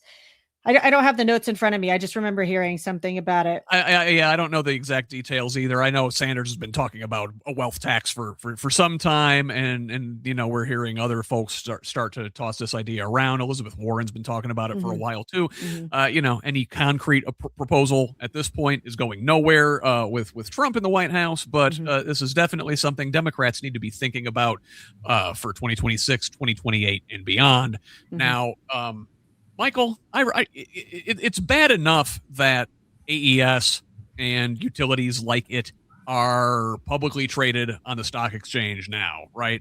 And then you've got BlackRock coming in. They're going to take it private. They're not even going to publicly trade it. All of the resources are just going to be for their handful of share owners. The average person or the average retirement or pension account can't buy into these things and at least kind of, I guess, profit. These things shouldn't be for sale at all, period. These things should be publicly owned. They used to be publicly owned. What's it going to take for us to claw these essential public services out of private hands and into the people's hands? I think the only way to do that is to be taxing people appropriately, whether it be the corporations as they come in or the uber wealthy. And again, we're not talking about overtaxing them. We're just talking about taxing, continue the gradation of tax up through the cap of their wealth, and not just saying like, well, they have so much, we don't even need to tax the top, or they're going to donate. A percentage is a percentage. And if you take 50% of a person that has $20,000, or you take 50% of somebody that has $20 billion, it has the same, well, actually, it does not hurt the person with $20 billion nearly as much as the person with the $20,000 who is hanging on a string, and taxing them at 50%, whatever, pick the numbers. That's just an example. So we have to generate revenue for our cities and state to be able to buy this back. And so unless we do that, how would a state ever claw that back? I mean, I guess they could just make a law like we're taking it back, but they have to be able to function. And that was I think what we lost back from IPL is that perhaps the management or the workers, I really don't know what the flavor was back then, but they probably got complacent to some extent. They weren't investing. They were giving tax breaks. The cities were, and they weren't investing in their infrastructure. They ended up with so many problems in their infrastructure. They had to sell out, right, to do it. And it's kind of like what we saw with the same thing with the toll roads. And we're paying the price. And people warned us. But I was a little closer to the toll road, and it's like, but we need like it repaired, and we need a tolling system that can keep us moving, and we don't have to sit in line for 15 minutes like the old days, throwing the coins in the basket. And the cities and states, because they want to continue to give tax breaks left and right, have not invested in themselves, in their infrastructure, and we're really starting to see it through roads and sewers, water, and power. I mean, we've got to stop settling the middle class with this bill, right? We absolutely have to be people over profit, and we have to restructure our thinking process for, how our government serves our communities. 100%. And we could talk about this all day, but I do need to move on and breeze through a couple things here. I want to talk about our Christian nationalism problem here in Indiana a little bit. So good news in a way on this front. So Marion County Superior Court on Thursday blocked the state from enforcing its near total abortion ban. The court found the law imposed a substantial burden on religious liberty protected by the state's Religious Freedom Restoration Act. Ironic, as that was a law passed and championed by Mike Pence when he was governor here. Now, the ACLU filed this class action lawsuit in 2022 on behalf of two anonymous women and the group Hoosier Jews for Choice, who assert the ban burdens their ability to obtain an abortion in accordance with their sincerely held religious beliefs. See, it turns out all religious people don't share the same extreme beliefs on abortion as folks like Micah Beckwith and Attorney General Todd Rokita do. Rokita has already filed an appeal. Now, on the other end of the spectrum, a big loss in court for religious sanity, as Brownsburg Community School Corporation has agreed to settle a lawsuit with a former music teacher for $650,000. John Kluge is the former teacher there. He refused to use students' preferred pronouns in violation of a district protocol, citing his religious freedom to be an asshole, and resigned rather than follow policy. He then sued the district along with Christian nationalist lawfare organization Alliance Defending Freedom. A couple other stories along this I wish we could get to today. From the Indiana Citizen, I will direct folks there. Talking about faith leaders and separation of church-state advocates raising concerns over Governor Braun's new faith-based initiative led by Micah Beckwith. They also, in a separate story at Indiana Citizen, examine Beckwith's legislative agenda at the State House, which fortunately the worst of it did not make it through. But I did want to get your thoughts, especially Tabitha, on the ACLU case and Marion County Superior Court blocking the state's near total abortion ban. That's good development, eh? Yeah, because at the end of the day, right, people need bodily autonomy. Nobody's running out getting an abortion. They're just not. These are decisions that should be made by women and their doctors. people are putting a lot of thought into these things, and it generally comes down to either the health of the person carrying the fetus or maybe the fetus. Legislators should not be in bed making these decisions. Like, they should not be literally in people's beds. Like, that's just ridiculous. Yeah, small government, right? Yeah. Except when it comes to your bedroom or your doctor's office. Right. Michael, this thing with the Brownsburg Community School Corporation, it's insane. Like, number one, you're a teacher. You're supposed to like respect your students. If someone asks you to call them a name, you just do it. That's the right, decent thing to do. And now this guy sues. ADF is a horrible organization. They do this stuff all over the country. This clown gets $650,000. I'm sure ADF's getting a substantial chunk of that, by the way. Because he was an ass, and the taxpayers was it Brownsburg or Brownstown? So in Brownsburg, are going to get stuck footing the bill, and are they going to have to cut school services because of this? Well, I hope the reason they paid out was like, we would rather pay this money than have this asshat back in the classroom, right? Like, is that the alternative? Is we got to bring him back? Like, well, we're not doing that. So rather than spend $650,000 plus to continue fighting it, here's your money. We're not hiring this guy back. I hope that was a little bit it's of the thought process. It's an absolute shame because, hey, JD Vance, that's not his name. That's his preferred name. And we could go down a whole list of people, or even saying Mike versus Michael is not, is a preference. So they have absolutely taken this 1% issue and tried to make a whole platform out of it, and they've succeeded, and it's allowed them to win races and then provide poor governance based on nonsense.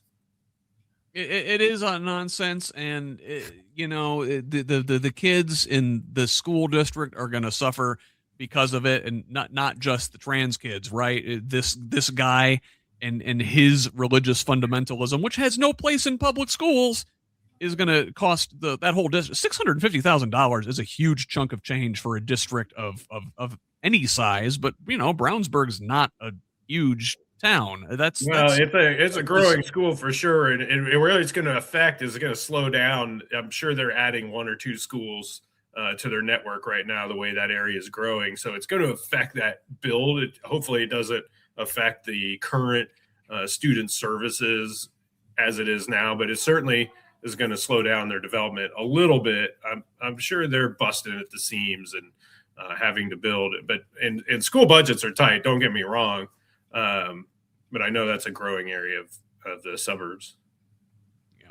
So I want to cover a couple things here really quickly, but I want to spend some extra time on this election news. So let me talk about a couple developments in state law and policy this week. So Governor Mike Braun signed 80 bills into law that were passed by the General Assembly.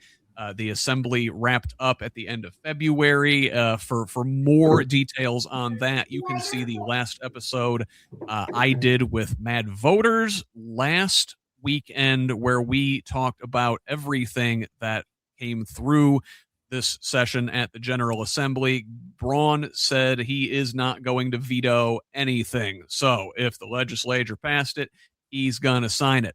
Now, at the Supreme Court, they upheld a COVID-19 immunity ruling for hospitals in a patient death case, and the state opened up applications for rural health grants as part of a offset to federal Medicaid cuts. We've talked about that before here previously. It's the Grow Indiana program, which essentially divides the state into 8 regions and makes them play the Hunger Games over state Medicaid funding. Now, I wanted to get those on the record while we move on and talk about some election developments. So, a series of challengers to Indiana senators who voted against Trump's redistricting gambit in December were invited to the White House this week to meet the president and talk strategy as he's looking to primary anybody who defied him last December. A Braun ally, that is Jim Bopp, the raging Christian nationalist attorney who was one of the folks spearheading the Citizens United decision many years ago that kind of ruined money in politics for us all. Well, he's working to remove a challenger from a primary ballot in a Republican primary. Who is the last name of Braun's preferred candidate? Maybe some internal Republican shenanigans and wrangling there. The Indiana Secretary of State, in a major development this week, Diego Morales, was accused of violating a campaign law for filming a video in the Marion County Elections Division and has been banned from the election center. Now, folks looking to replace Morales had a wrench thrown into that race this week when former Indianapolis Mayor Greg Ballard announced his intention to seek the Secretary of State office as an independent. Now, Indy Politics, that's a friend of the pod, Abdul Hakim Shabazz, had this story, and he noted that Ballard performs relatively well in polling already in a three-way race between himself and current incumbent Morales and Democrat Bo Bai, which, why are they running these polls now? Bai is not the nominee.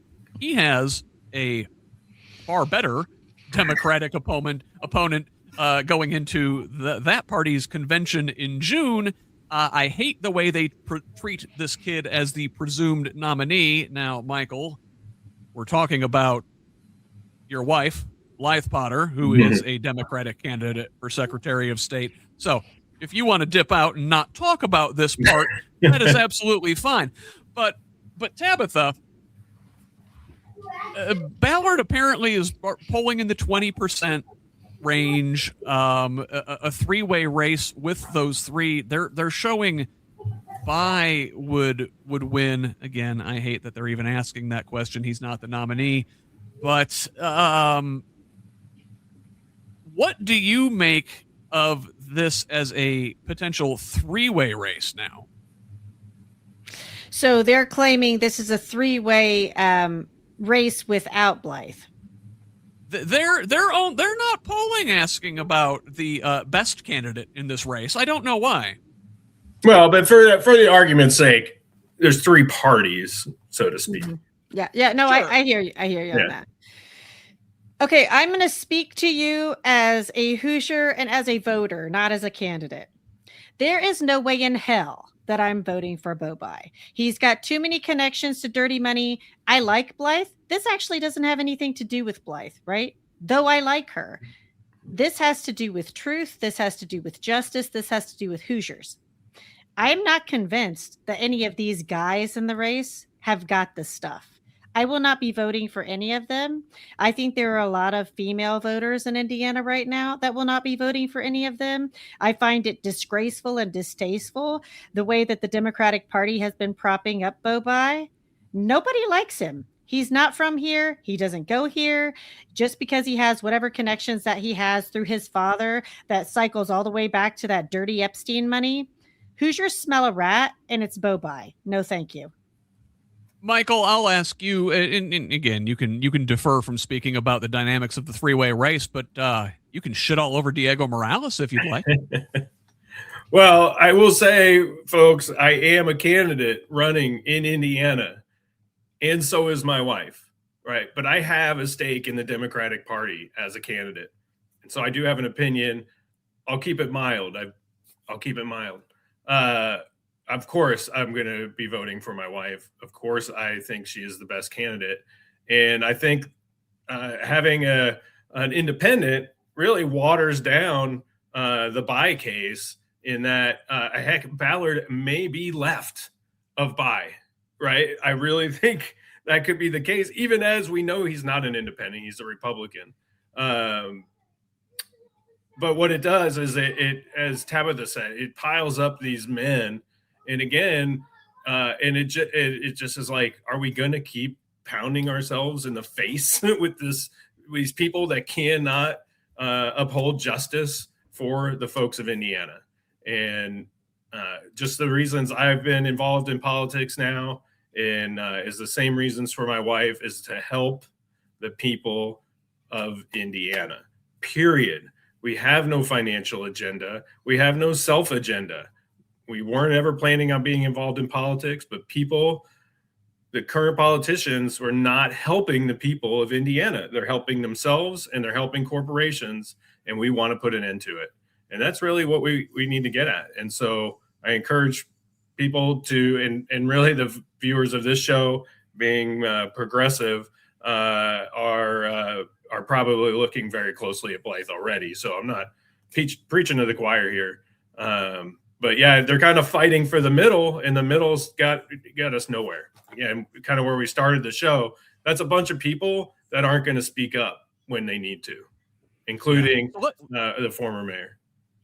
Let me speak to Democratic leadership in the state and to delegates for the state party convention. Like, if this is a three-way race, it really does, and I think you got at it. It throws the quote unquote electability argument out the window, right? We don't have to appeal to moderate Republicans. That's what Ballard is for. We could actually have the person that we want as Democrats, who embodies Democratic values in this race. And if, as these pollsters are suggesting, and Democrats don't get our way, progressives don't get our way at the party convention in June, and this is a three-way race between Morales and Ballard and Bai, I could be convinced otherwise, but I think I, as a progressive Democrat, would actually vote for Greg Ballard in that race. And here is why. Okay, we've determined Diego Morales is awful. The evidence proving so is lengthy, not just this week's developments. I think Diego's done. He may not even win that primary. But okay, so Ballard, as a old school kind of pre-MAGA corporate friendly Republican, and Bo Bai as a quote unquote moderate centrist pro corporate friendly Democrat, they're the same damn guy, right? And if we're going to be stuck with the same damn guy, I don't have to sacrifice the future of the Democratic Party by endorsing the Bai direction, by signing off on that, by voting for him. So if I'm going to get a corporate stooge, I'm going to take Greg Ballard because I can still keep the Democratic Party on the right track by rejecting the Bai direction. At least that is the way I'm thinking right now. So again, I can be persuaded. It's early, but that's just sort of the way I'm thinking about things, and I think delegates and party leadership maybe need to think about that going into the June 6th Democratic Party convention when they make their decisions. Tabitha, last word on this thing before our final story here. I will remind everybody that is a true Hoosier born and bred. We do not like to be told what to do.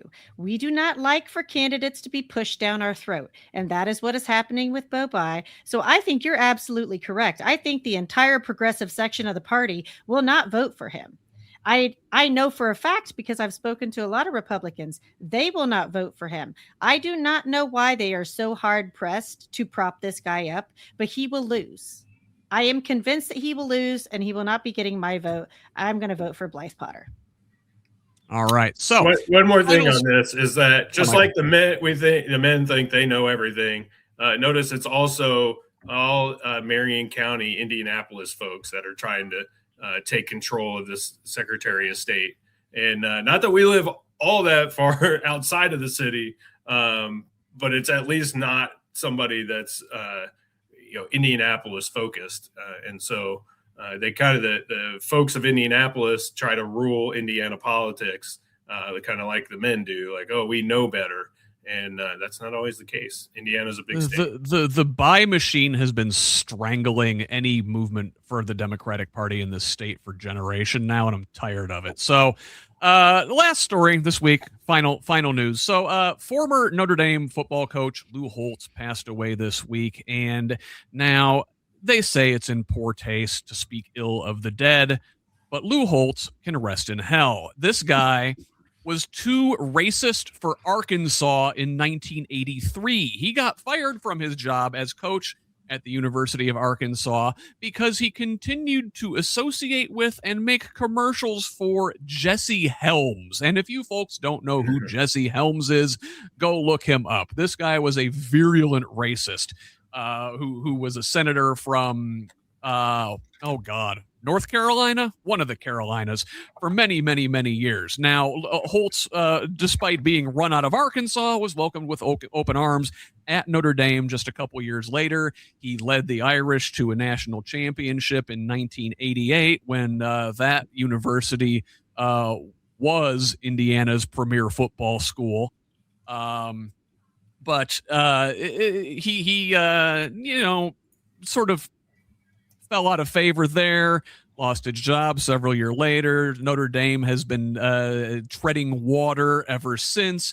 Holtz went to South Carolina for a while, worked in media for a while, but has spent much of the last 10 years as a MAGA commentator. I hope this guy has to spend eternity with Bob Knight watching like amateur hour at the Apollo. That would be the only fair thing for him. I don't know. Michael, you coached football. Do you have any thoughts on Coach Holtz's passing that are maybe perhaps more tasteful than mine? Well, I feel for him, for his family and friends. He was coaching Notre Dame during like my high school years and into college. So really when I was very focused on football, I was a Notre Dame fan. And then I ended up going to USC, and now they're, my arch nemesis. But so, yeah, I remember being very fond of him. But then as I got older and heard him talk and he had more commentary, he was either on the football commentating crew or, again, talking politically, and was like horrified. Like, oh, my gosh. I kind of held this guy on a pedestal. And because, at 16, I wasn't listening to, what the words coming out of their mouth. And, they won football games. And then you start hearing those words and it was like, oh, Lou, please don't speak that way. So, may you rest in peace. We'll move on. All right. Well, we've only got about 2 minutes left here, so I did want to give you guys a chance to remind folks where they can find you before we get going here. Michael, I'm going to keep it with you, and then I'm going to let Tabitha have the last word. All right. Michael Potter is a candidate for Indiana House District 47. You can find me on social media at Friends of Michael Potter, on Act Blue as Friends of Michael Potter or Michael Potter. And my website is www.friendsofmichaelpotter.com. I always, as a grassroots candidate, need grassroots money. I do not plan, and they haven't offered to have any kind of corporate money. But I want to be powered by the people. I want to listen to the people, and I want to bring a voice of reason. And again, I'm a geologist and a 25-year environmental scientist. Try to bring some of that science into the legislature because we rank dead last in environmental policy. And so I want to support that along with supporting public schools, trying to bring down some affordability into our lives. The current Democratic legislature this last session tried really hard to bring some bits and pieces, and all that was blocked by the Republicans. So we need more votes voted into our legislature so we can have a robust debate, and having a balanced legislature only benefits the people of Indiana. Help folks like Michael.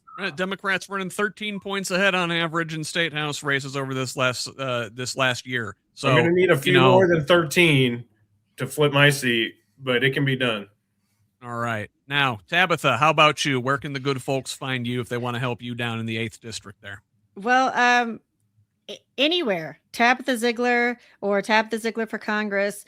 I will say that, my campaign is people over profits, 100%. Like, I'm not going to be taking any APAC money. Everything's going to be, very local, right? Like, we want to support local people, supporter of autism, disability, LGBTQ plus community, the immigration community, the immigrant community, farming community. Basically, I'm just for the little guy. Like, we need to get big money out of politics to make a difference. And if you're looking for a fighter, you found one. Very good. So thank you, Michael. Thank you, Tabitha. For folks watching, PIN has a lot of big stuff coming up this week. All week long, we are releasing interviews that we did a couple weeks ago with folks like Tabitha and Michael up in Indianapolis. Derek Holder, Brianna Newhart, and I put together, this was mostly Brianna's idea. She did a great job putting together this Portraits and Perspectives event where we spoke to 8 different candidates. All 3 of us did short interviews with them. We're releasing those interviews all week. Saturday, we released interviews with Jackson Franklin. This morning, Austin Mavis up in House District 23. We released interviews with him. I believe, Tabitha, tomorrow. I think I'm next. Your interviews come out. And Michael, I want to say Tuesday, we have interviews also with Ashley Hammock this week, Liliana Young, Sarah Scheidale, and Carl Stutzman. Forgive me if I forgot anybody. Lots of good stuff. Derek Holder's got 3 interviews this week. Monday with District 9 candidate Kyle Rourke. Wednesday and Friday with State Senate District 15 candidates Chloe Andis and Julie McGill. Thursday, as we do every week, Concerned Clergy of Indianapolis releasing their podcast on Progressive Indiana Network. I have a live event Thursday night with Knox County Democrats. They've got a big event coming up at the end of the month. We're going to talk all about that. And then next Saturday, our first PIN virtual debate in State Senate District 15 is at 2:00. Derek will be moderating that. I'll be behind the glass, as it were. We're going to hear directly from Chloe and Julie there, see what they envision for their district, so folks up in the Fort Wayne area can get a beat on their candidates and figure out who they want to represent them going forward. So a lot going on here. We could use your support at Progressive Indiana Network. That's at progressiveindiana.net online. Please become a paid subscriber if you can. Subscribe wherever you're at. Follow us on social media. Follow me on social media at HoosLeft. I think that's it. Until next week, thank you all. Have a great rest of your weekend. Love each other, Indiana.